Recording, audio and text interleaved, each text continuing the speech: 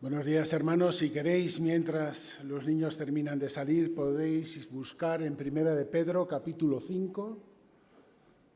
Vamos a estar considerando los versículos del 1 al 9.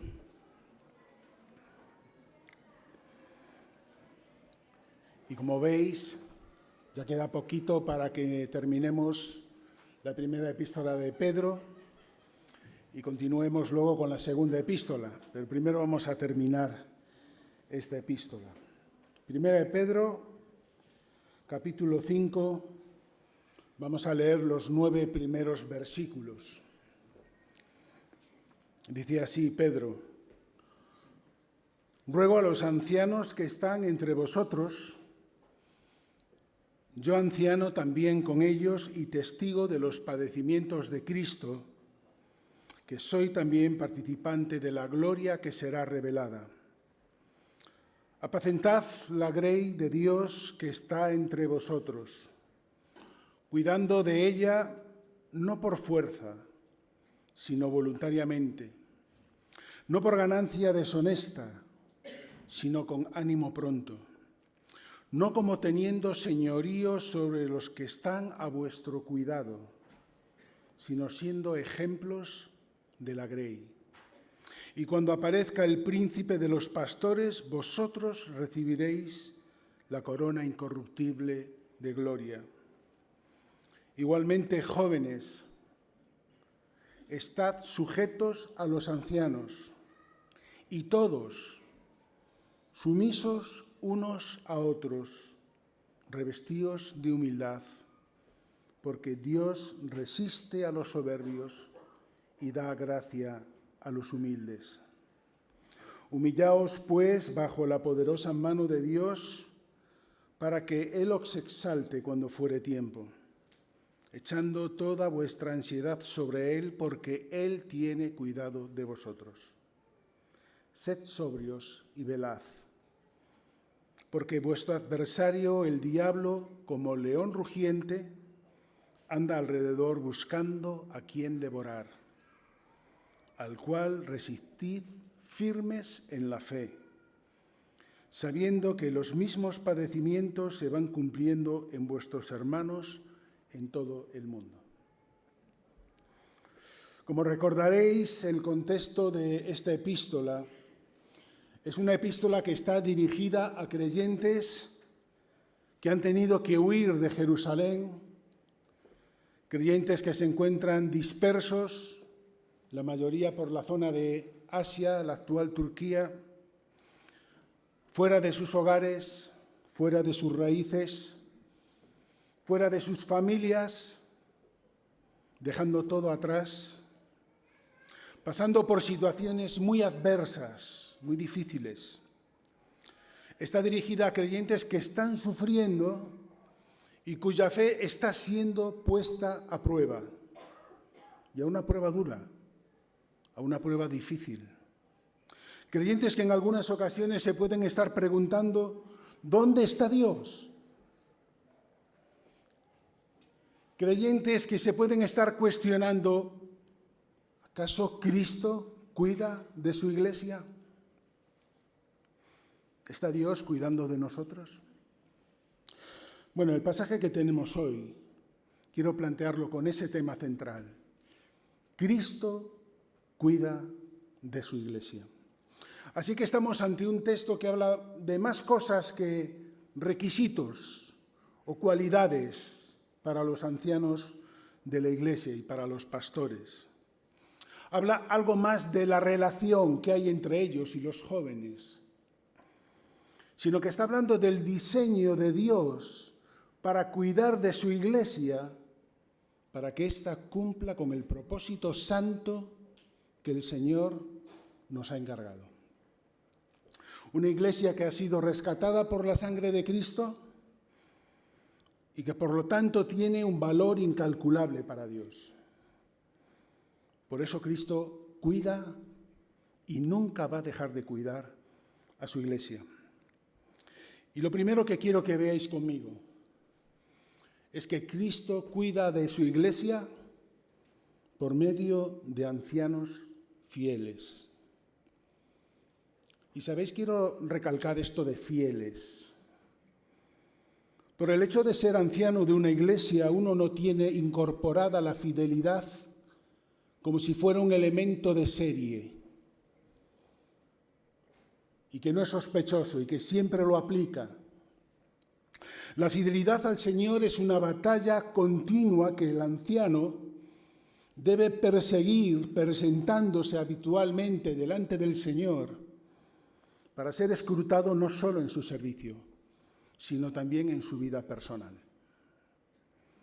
Y para entender la enseñanza de Pedro de forma correcta, me gustaría hacerlo con una perspectiva que entiendo que nos da el versículo 1, que es importante, antes de entrar en ese ruego que Pedro hace a los ancianos. Fijaos lo que dice el versículo 1. Vamos a ver dos aspectos de esa perspectiva sobre lo que descansa todo lo demás. Dice: ruego a los ancianos que están entre vosotros, yo anciano también con ellos y testigo de los padecimientos de Cristo, que soy participante de la gloria que será revelada. Y lo primero que quiero que notéis conmigo es el plano igualitario en el que se sitúa Pedro. Ruego a los ancianos, yo anciano también con ellos. Mirad, está hablando aquel que formaba parte del círculo íntimo de Jesús, el que había estado codo con codo, hombro con el mismo Señor Jesucristo, el que había sido testigo de milagros y de señales increíbles. Está hablando aquel cuya primera predicación en Pentecostés provocó que 3.000 personas aceptaran a Jesús como su Salvador. ¿Te imaginas lo tentador que sería para nosotros situarnos en una esfera superior ante todo esto si nos hubiera pasado a nosotros? ¿Cómo de tentador sería para Pedro mirar desde cierta altura al resto de los ancianos, que todavía no habéis hecho lo que yo, no habéis tenido las experiencias que yo he tenido? Pero lo primero que tiene que entender un anciano fiel, hermanos, es que en la Iglesia no hay jerarquías. En la Iglesia solo hay el orden que Dios ha establecido para servirle. Es importante que de forma clara distingamos que en una jerarquía hay diferentes niveles de poder, diferentes niveles de autoridad. En cambio, en el orden establecido por Dios, lo que hay es diferentes niveles de servicio para que la Iglesia cumpla su propósito y se desarrolle conforme a la voluntad de Dios. Efesios 4 nos habla de los diferentes oficios que el Espíritu Santo levanta en la Iglesia. Y Él mismo constituyó a unos apóstoles, a otros profetas, a otros evangelistas, a otros pastores y maestros.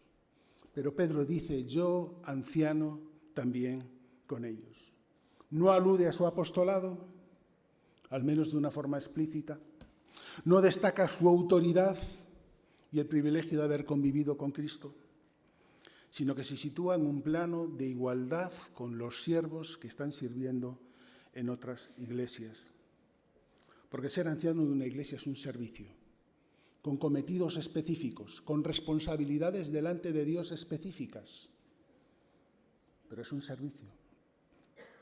Así que si quieres ser un anciano fiel, o si eres anciano y quieres actuar en fidelidad, lo primero que tenemos que tener claro es que solo hay un Señor en la Iglesia, y ese es el Señor Jesucristo. La segunda cuestión que quiero que veáis en este contexto es que no se puede ejercer el servicio de anciano sin tener presente y en cada momento la cruz de Cristo y la gloria venidera, la gloria futura. Decía Pedro, testigo de los padecimientos de Cristo, que soy también participante de la gloria que será revelada. Mirad, no es posible ser anciano si esto no está presente en cada decisión que tenemos que tomar.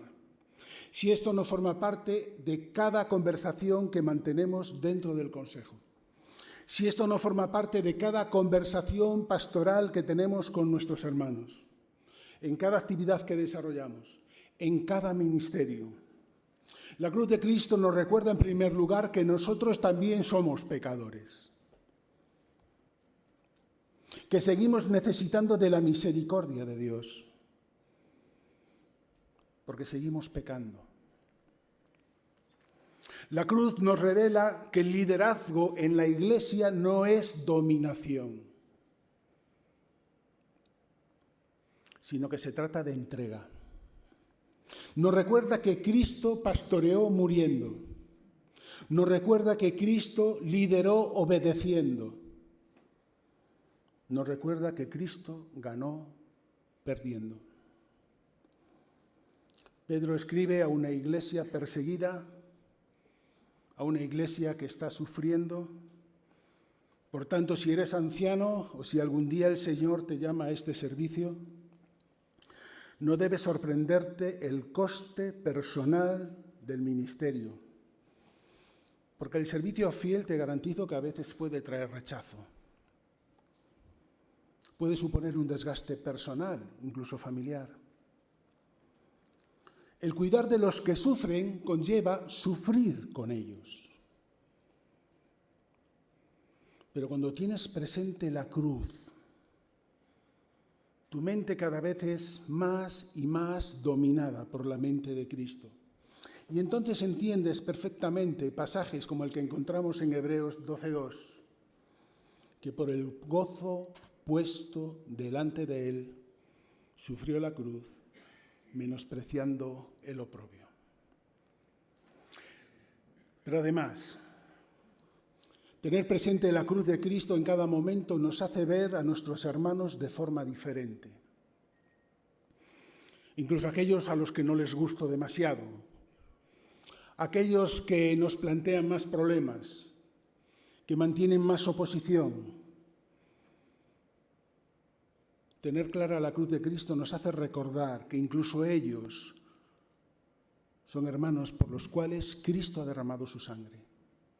Tan valiosos para ellos, para Dios, como lo pueda ser yo o como lo pueda ser cualquier hermano, que es más fácil de pastorear. Y la advertencia en la Escritura es muy clara si no tenemos esto en cuenta. Dice Mateo 18, cualquiera que haga tropezar a uno de estos pequeños que creen en mí, mejor le fuera que se colgase al cuello una piedra de molino y se le hundiese en lo profundo del mar. Así que, hermanos ancianos y aquellos que algún día quizá el Señor os llame a ello, la Iglesia en la que el Señor te pone, los hermanos y las hermanas que lo componen, tienen un valor incalculable para Dios. Mucho cuidado cómo los pastoreamos, cómo los cuidamos. Pero además de la cruz, nos dice el texto que debemos tener presente también la gloria futura. ¿Por qué pensar en la gloria futura? ¿Por qué pensar en las promesas de Dios que se van a cumplir cuando nos lleven a su presencia? Pues mirad, porque cuando pensamos en ello, esto produce en nosotros tres cosas: esperanza, perseverancia y recompensa. La esperanza de que las promesas de Dios se van a cumplir. Y en esto nos apoyamos en la palabra de Dios y en las promesas que Dios ya ha cumplido en nuestras vidas.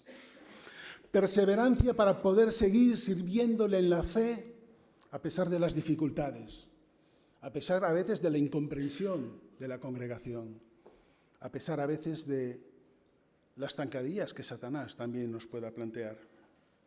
Y recompensa, sabiendo que en el futuro nos espera una recompensa. Y no me refiero solamente a las coronas que el Señor tenga para nosotros. Mirad, en el futuro no habrá mayor recompensa que vivir en la presencia de Dios, que estar a su lado, que estar con Él cara a cara. A veces es muy tentador medir nuestro servicio en función de los resultados inmediatos. Y a veces caemos en esto, os lo garantizo.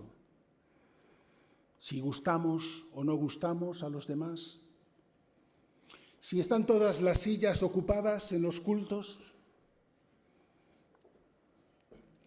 O a veces empleamos esa expresión de si la iglesia va bien. Bueno, habría que entrar un poquito en esto, no tenemos tiempo.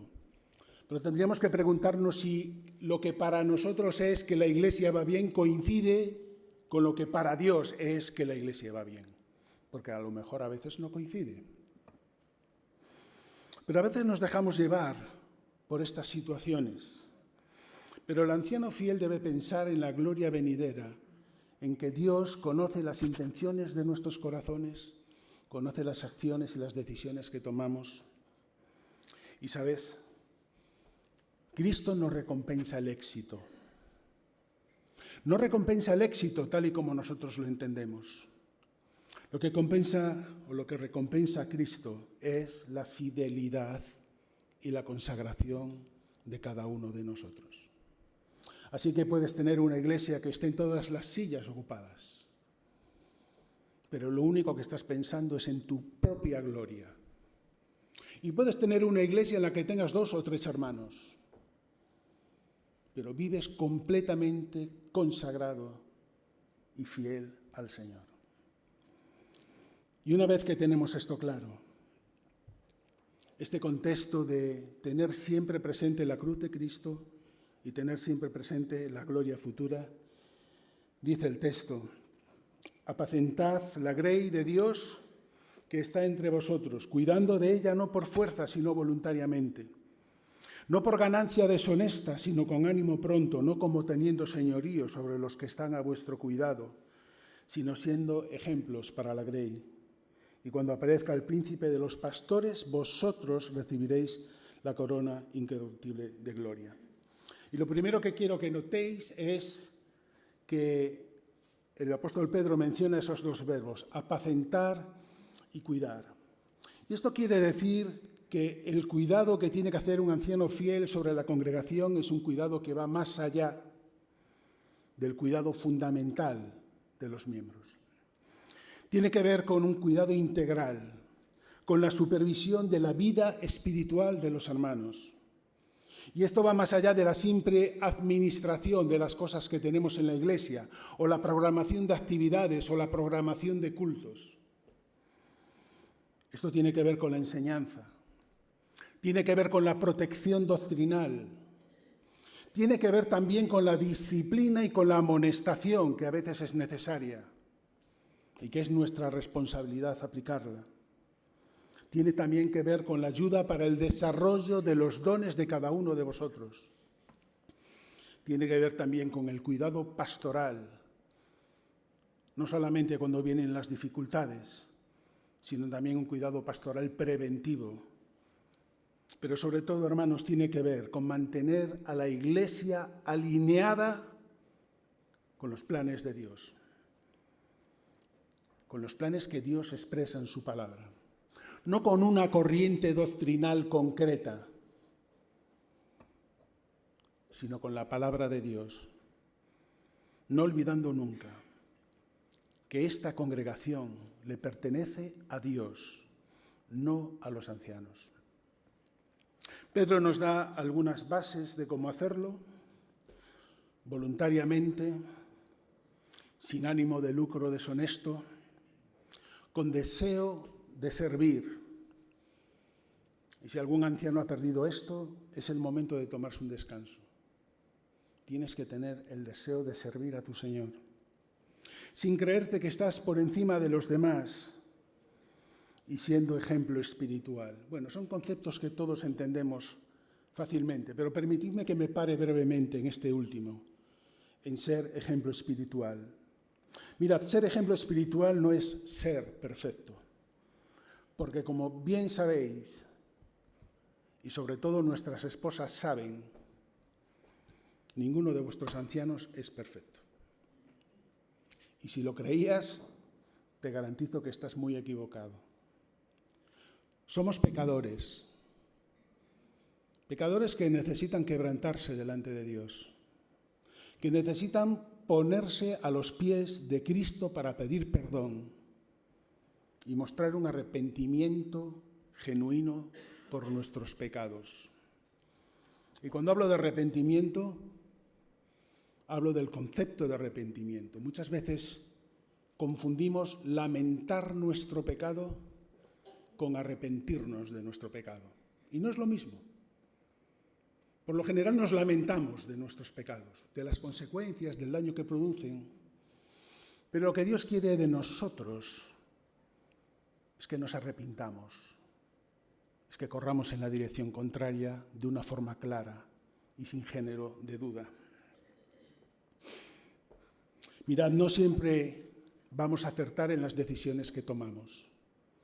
A veces os vamos a defraudar. No siempre van a ser justas las cosas que hagamos, pero es que al igual que vosotros, vuestros ancianos también están en construcción.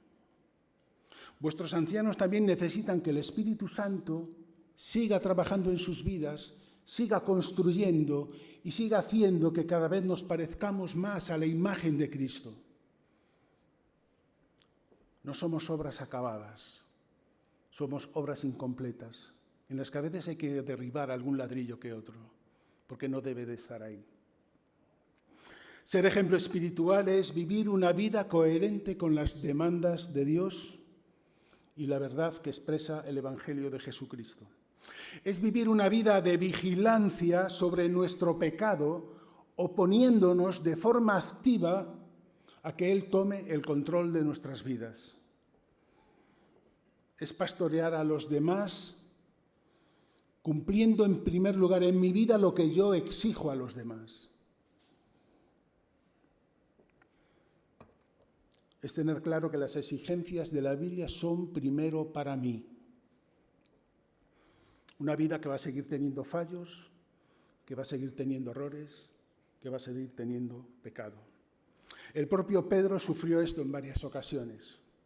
No solamente cuando negó al Señor Jesucristo, sino que incluso después, cuando el Espíritu Santo ya moraba en él, cuando ya era un apóstol reconocido por todo el mundo, nos dice Gálatas capítulo 2 que tuvo que ser amonestado por el propio apóstol Pablo, porque estaba sucumbiendo a las presiones de los judaizantes. Pedro no era perfecto tampoco, y había pecado en su vida. El anciano fiel predica con el ejemplo y deja huella en la vida de los demás. Podría contaros cuántos siervos fieles del Señor, y algunos estáis aquí, habéis dejado huella en mi vida. Y no con vuestras predicaciones o con vuestras enseñanzas, sino porque he podido reconocer en sus vidas que vivían a Cristo y que honraban a Dios a través de su ministerio. El segundo punto de esta mañana. Cristo cuida de su iglesia también por medio de la humildad. Igualmente, jóvenes, estad sujetos a los ancianos y todos sumisos unos a otros. Revestíos de humildad, porque Dios resiste a los soberbios y da gracia a los humildes. Humillaos, pues, bajo la poderosa mano de Dios, para que Él os exalte cuando fuere tiempo, echando toda vuestra ansiedad sobre Él, porque Él tiene cuidado de vosotros. Revestirnos de humildad implica que esta nueva creación que somos en Cristo Jesús reconoce de forma natural que todo lo hemos recibido por gracia sin merecerlo. Que no hay nada en nosotros que nos haga sentirnos orgullosos de nada. Que no tenemos ningún motivo para mirar a Dios, a los demás por encima de nuestro hombro. Y sabes, cuando la humildad se hace patente en nuestros corazones, será algo que también estará en nuestras relaciones, en nuestras conversaciones, en nuestros pensamientos. Porque, hermanos, esto es un camino sin retorno. De no hacerlo así, si no clamas al Señor para que transforme tu vida y te haga humilde, si no te humillas bajo la poderosa mano de Dios, dice la Escritura, Dios resiste a los soberbios. Y querido hermano, querida hermana, no quieras experimentar la resistencia de Dios, porque Él se toma muy en serio a su iglesia y a sus hijos. Dice Miqueas capítulo 6 y versículo 8, ¿qué pide Jehová de ti?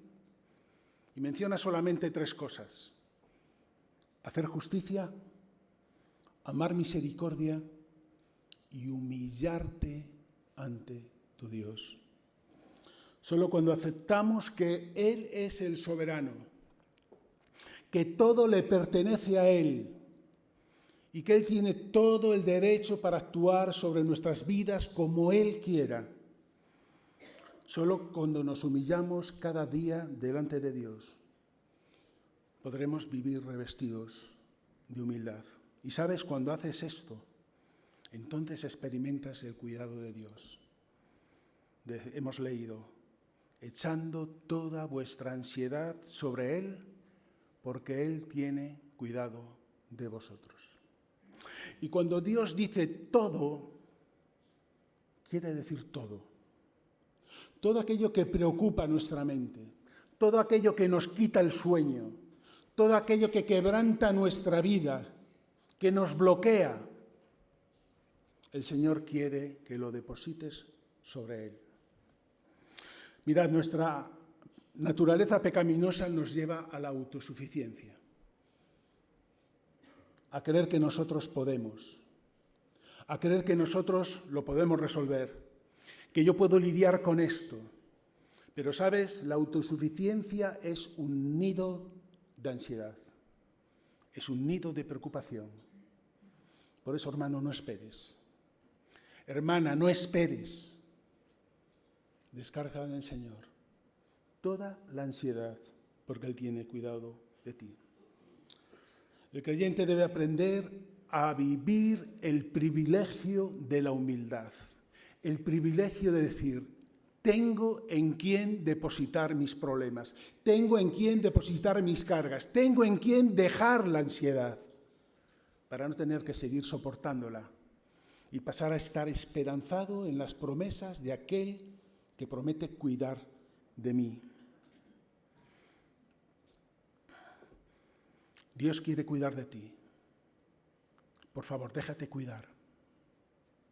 Déjate cuidar. Descansa en Él y no olvides algo que tenemos en el Salmo 91 y que todos conocéis de memoria, pero que a veces no entendemos la dimensión increíble que tiene este versículo. El que habita al abrigo del Altísimo, ¿qué dice? Morará bajo la sombra ¿de quién? Del Omnipotente, de aquel que puede hacerlo todo. Pero hay que estar en su sombra, hay que habitar a su abrigo. Y en último lugar, Cristo también cuida de su iglesia en la batalla espiritual. Dice, sed sobrios y velad, porque vuestro adversario, el diablo, como león rugiente, anda alrededor buscando a quien devorar, al cual resistid firmes en la fe, sabiendo que los mismos padecimientos se van cumpliendo en todos vuestros hermanos en todo el mundo. Sed sobrios y velad. Y seguramente ya lo sabes porque lo has vivido en tus carnes, pero estamos en medio de una batalla espiritual, hermanos. Algo que está sucediendo ahora mismo, donde Satanás, a través de tu derrota personal, a través de la derrota de tu matrimonio, a través de la derrota de tu familia, a través de la derrota de tu moral o de tu ética cristiana, intenta derrotar al mismo Dios. Y frente a esto tenemos que tener claro una cosa. Satanás va a hacer o va a tratar de hacer todo el daño posible. Pero Dios está al control de todas las situaciones. Y Satanás no puede hacer absolutamente nada que Dios no le tolere, que Dios no le permita. Y frente a esta lucha espiritual, Dios nos llama a ser sobrios y velad. Mirad, sed sobrios está relacionado con lo de la borrachera. Ser sobrios es tener la mente clara, estar libre de cualquier influencia que nos nubla la mente. Pensar con claridad en medio del sufrimiento, en medio de las situaciones difíciles. No dejarnos en ese momento dominar por el miedo. ¿Alguna vez te ha pasado? ¿Verdad que sí? No dejarnos dominar por la ansiedad. ¿Alguna vez te ha dominado la ansiedad? O lo que es peor, ante situaciones difíciles, no dejarnos dominar por el orgullo. Esto lo resuelvo yo y no cuento con nadie ni lo pongo en oración al Señor. A veces también nos sucede. Tenemos que tener la mente gobernada por Cristo. Por eso en el capítulo 1 estudiamos: ceñidos los lomos de vuestro entendimiento, sed sobrios. Y en segundo lugar dice velad, que significa estar despierto, estar vigilante frente a un peligro inminente. No dormirse espiritualmente. ¿Cuánto nos pasa esto, verdad, de dormirnos espiritualmente? Pues, ¿sabes lo que pasa cuando te duermes espiritualmente? Lo dice el propio texto de Primera de Pedro. Cuando tú te duermes espiritualmente, vuestro adversario, el diablo, como león rugiente, anda alrededor buscando a quien devorar. Esta es la realidad, hermanos. Por eso tenemos que ser sobrios, tener la mente despierta y estar vigilante frente a los ataques que con seguridad van a aparecer por parte de Satanás. Ahora, ¿qué podemos hacer frente a los ataques de Satanás? Pues dice el texto: resistid firmes en la fe. ¿Cómo? Pero aquí no habla de enfrentarnos a Satanás. Aquí no habla de atar al diablo. Aquí no habla de invocar. Aquí no habla de reprender. Aquí habla de resistir firmes en la fe. Y esto significa mantenernos firmes en la posición en la que estamos, sin retroceder. Aquí la clave no es una cuestión de fuerza o una cuestión de estoicismo, de aguantar lo que me echen. Aquí la clave es en la fe. ¿Y qué significa esto de resistir en la fe? Bueno, no es una cuestión mística, sino que es una cuestión completamente práctica. Es una fe objetiva basada en el contenido del Evangelio. Es una fe basada en las promesas de Dios, basada en la palabra de Dios, en la doctrina de los apóstoles. Y cuanto más arraigado estoy en la palabra de Dios, más puedo resistir con firmeza los ataques de Satanás. No hay otra manera. Dios soberanamente ha designado que esta es la única manera de resistir a Satanás. Con lo cual, si tú no estás arraigado en su palabra, si tú no estudias la palabra de Dios, si tú no la memorizas, si no la tienes integrada diariamente en tu vida, te garantizo que estás en una posición de clara debilidad frente a los ataques de Satanás. Déjame ponerte un ejemplo. Cuando Jesús fue llevado al desierto para ser tentado, y ahí aparece Satanás, ¿te imaginas el despliegue de fuerza y poder que podía haber hecho Jesús? ¿Te imaginas a los millones y millones de ángeles y de seres celestiales que se podrían presentar para hacer una pelea, un combate o defender a Jesús de los ataques de Satanás?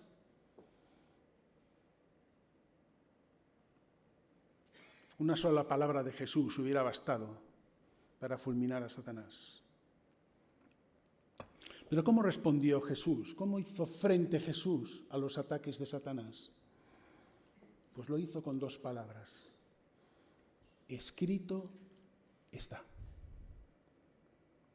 Escrito está.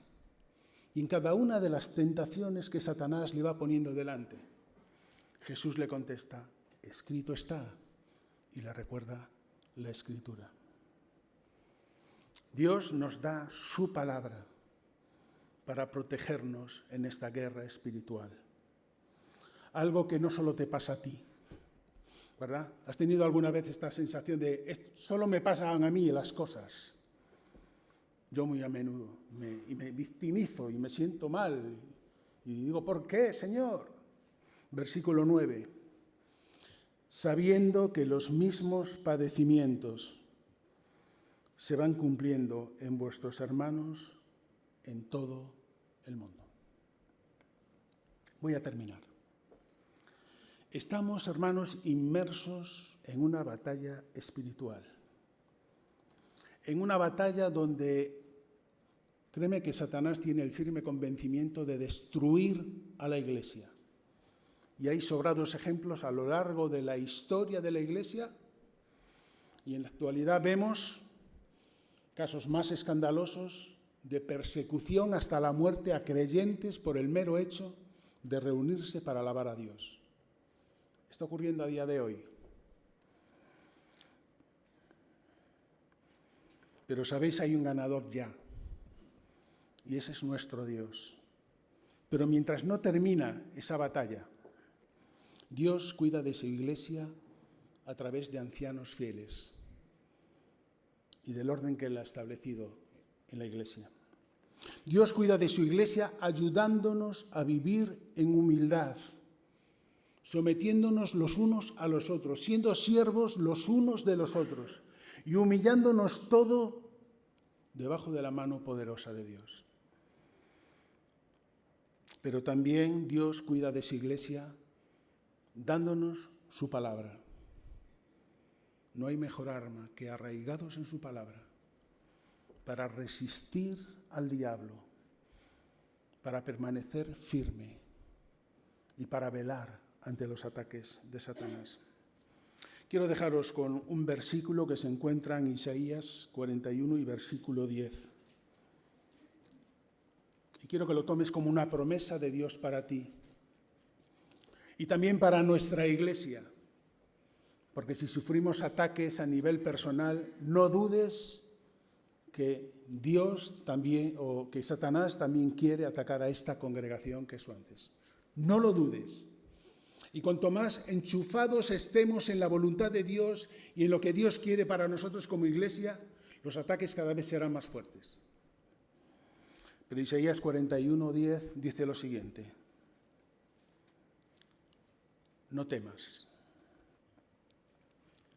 porque yo estoy contigo. Wow. Ya solamente esa frase podría terminar ahí el versículo. Pero sigue diciendo: no desmayes. El Señor nos conoce bien, ¿verdad? ¿Cuántas veces estamos tan cansados, tan agotados, bajando los brazos? No desmayes, porque yo soy tu Dios que te esfuerzo. No busques fuerzas en ti. No busques ganas de querer seguir sirviendo en tu propia naturaleza, porque no la hay. Yo soy el que te esfuerzo. Siempre te ayudaré. Siempre te sustentaré con la diestra de mi justicia. Pues para la gloria del Señor, hermanos.